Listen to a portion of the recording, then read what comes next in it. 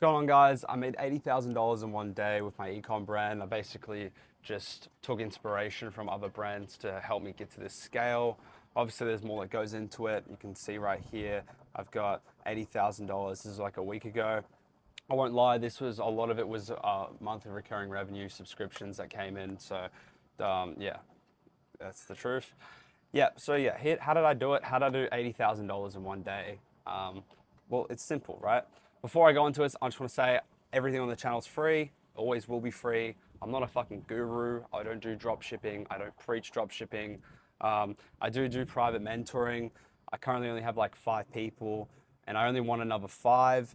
Like preferably people with brands. I don't really want to work with people who just want to get rich quick. So yeah, if you're interested in that, click below. So first, you want to pick a product.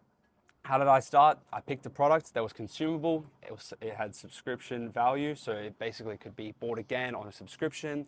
You can bundle it with other products. There's other solutions that work with it. There's other products that coincide with this one that are congruent that you can create a bundle out of, and has the ability to be different, has the ability to have product differentiation. It's really important that you have that. And you want this product to be able to have high AOV, high average order value. You can do that with bundling other products that are similar, but I would suggest that you get a product off the bat that has a high AOV. If you can start by selling bundles, that's great. That's probably honestly what you want to start with, but high AOV is important. Now, how do you find a product? You go on ad spy tools like Atria or AdSpy, and you're kind of looking for niches that have an underserved audience or a missing audience. And you want to kind of see how you can stand out different and hit a different demographic. For example, you've got hydration brands that sell to a lot of athletes, people who are very sporty, go out a lot and are dehydrated because they're active. There is a pain point in hydration that you could say it affects women's ability to be pretty, beautiful, and you could sell to middle-aged women whose big desire is to look young and youthful and beautiful again. So that's another way you could try and sell that product. That's what I mean by underserved audiences. And yeah, basically you go and look for winning ads to get inspiration on brands or products that are working in the big countries like America, UK, Australia, Canada, Europe. You want to look for brands that are doing well in those countries and see if you can implement it in your local area first. So then you want to search for the product. You want to get more inspiration on Pinterest for brand design. You can also find other brands that you can look for inspiration from. You can look on YouTube, Instagram, TikTok. You want to be reading the comments, looking for more information about your audience, the customers, what they want about the product, what they like about the product, what they don't like about the product. You basically want to get the reason why they're buying that product and the reason why their product wasn't good. So you can see how, well, one, you can make your product better, and also to see why people will buy your product as well. So you'll learn more about the customer going there.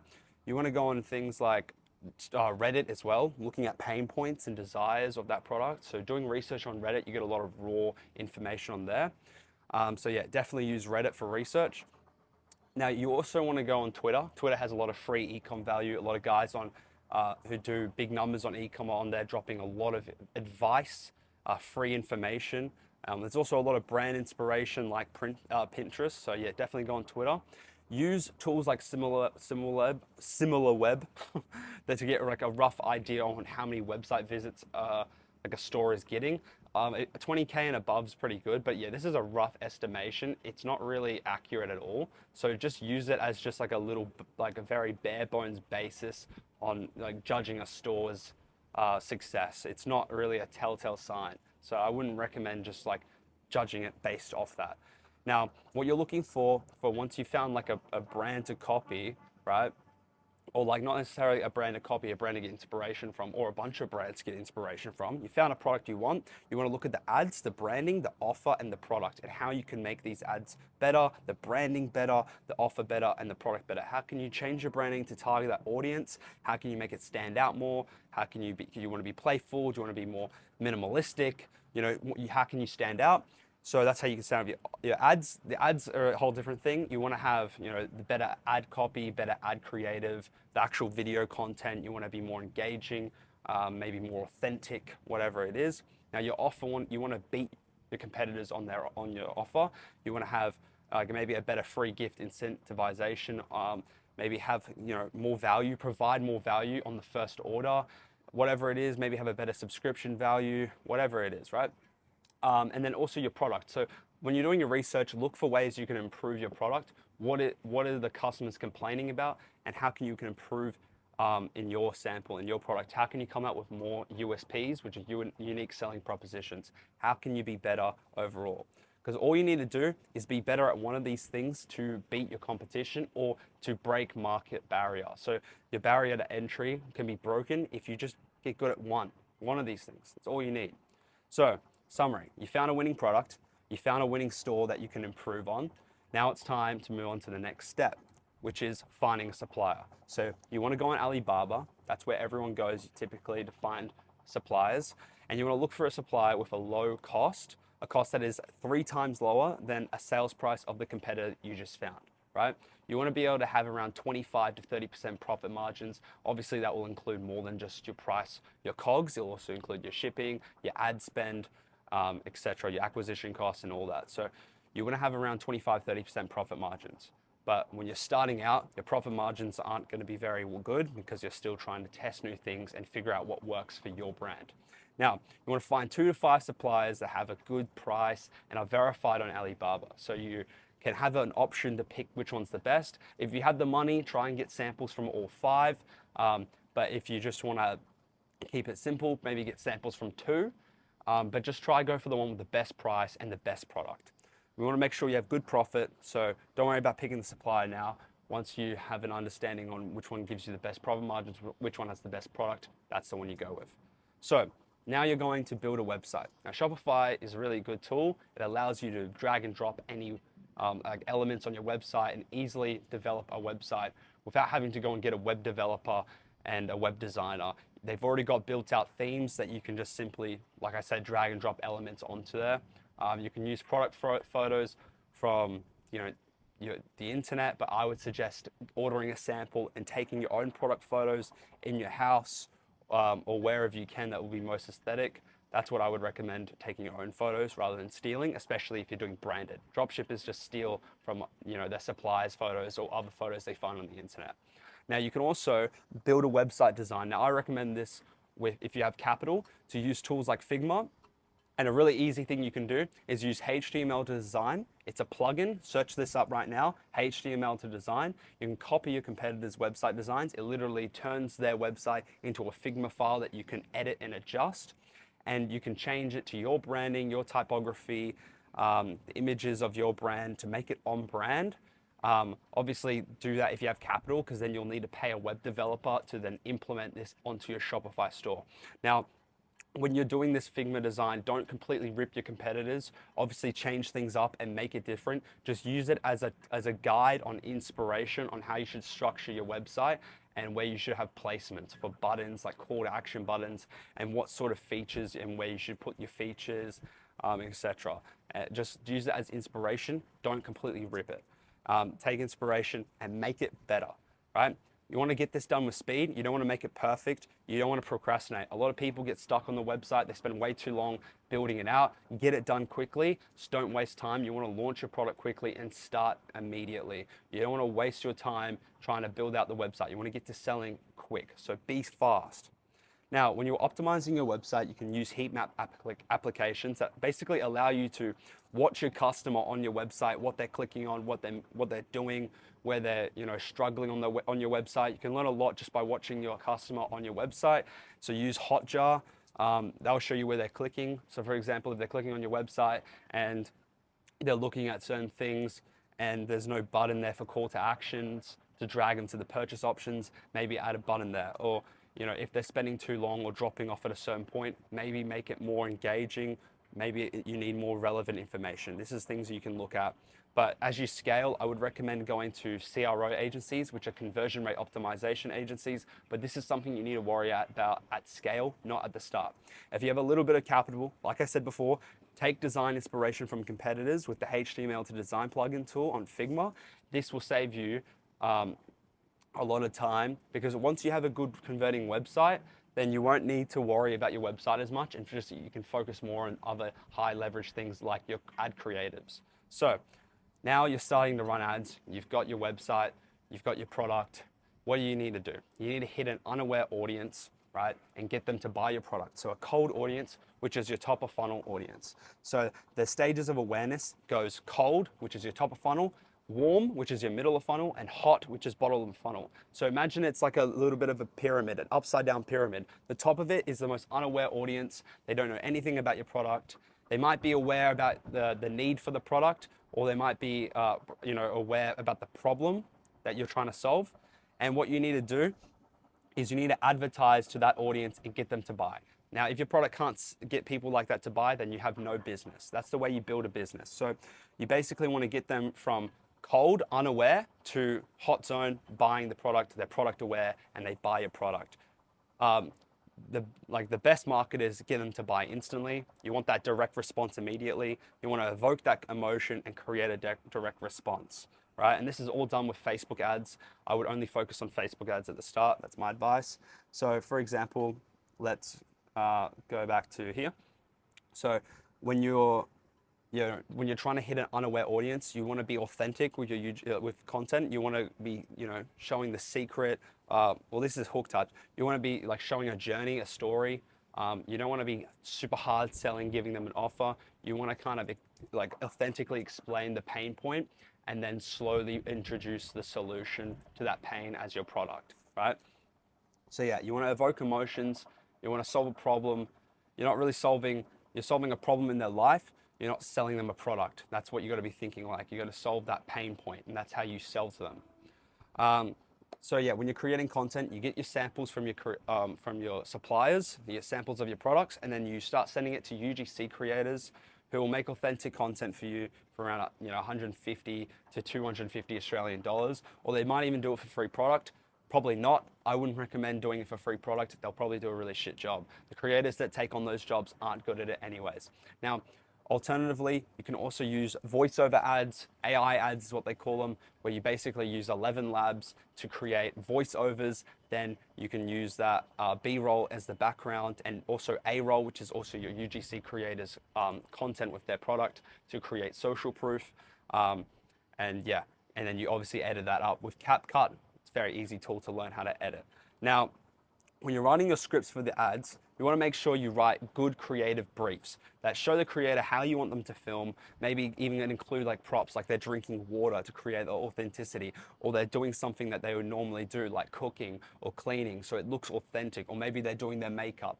Try and create authenticity, almost like it's a TikTok talking to the camera. Those are the ones that are highly engaging. That's how you sell in 2025.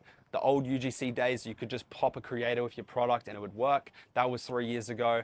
It's time, everything changes on Facebook. It's evolved to now authenticity is key. So you want to create a brief that makes it really easy for them to understand what you want. Show them the script. You write the script, and when you're writing it, be as authentic as possible. Be thinking, how would this person speak?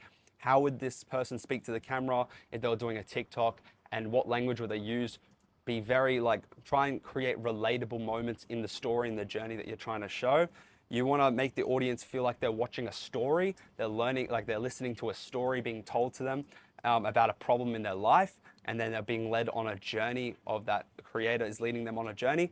And it should be naturally conveying that your product was the solution to their pain point and was the savior, right? Saved them from that pain that they were suffering from.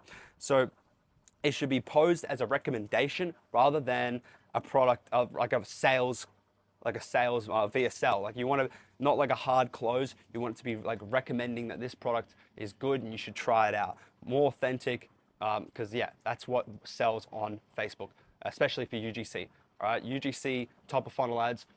Authenticity is key. Everyone's saying it. That's how you should be marketing in 2025. You can't compete with forced hard close messaging. No one watches it. No one's interested. It looks very scammy, right? Like I said before, you're selling a solution to a pain. You're not selling a product. So when you're writing this copy, remember that. You're selling a solution, not a product. So once you found something that's winning, you found a product that wins, an ad creative that wins, it's time to bulk order and ship your products yourself with either a 3PL I have a warehouse. I started off shipping out of my friend's garage, who was also my business partner. So we started small, and we were just using Ozpost, which is our local postage system, to ship it out. We still do that, but we do it at a larger scale with a warehouse now. So it's a bit more of a larger facility, obviously a larger scale. So it's a bit more high tech. We have our own employees that work there too. So yeah, you want to scale your ad spend as well, and you want to reinvest it into more ad content. All right, the more content, you need more volume. You want to continuously be testing and, you know, reiterating on what's working and just doubling down on what's working, right? You want to keep improving your offer, website, product, but more importantly, you want to keep improving your ad creative. So always thinking about how you can make it better, how you can evoke more emotion, how you can be more engaging, how you can get people to buy more. So you want to slowly scale as well out of your flagship products. So your initial product you started with, you want to add more products to create bundles. This will allow you to create bundles, also better offers. So you can, you know, offer these new products as free gifts to incentivize people to buy these products. You can also have, you know, good subscription retention programs. So you offer free gifts as they subscribe. So on the second month of their subscription, they would get this new product that you have for free to keep them subscribed. You would usually only offer free gifts on subscription at the point where they churn the most. You will only learn that churn rate by running your business and running a subscription program for long enough to understand where most people churn. So at the start, you won't know that. So that's probably not something that you should worry about at the start. It's only for when you're scaling. So more importantly, do more of what's already working. It sounds super simple because it really is. That is what you should be focusing on. Finding something that works, throwing shit at the wall, and eventually when it sticks, go hard and do more of what's already working. So people like to sell their ecom store. I personally don't. I would scale it to the moon. But just for an example, if you want to sell a store for $1 million, right, you need to be doing about 300K profit per year.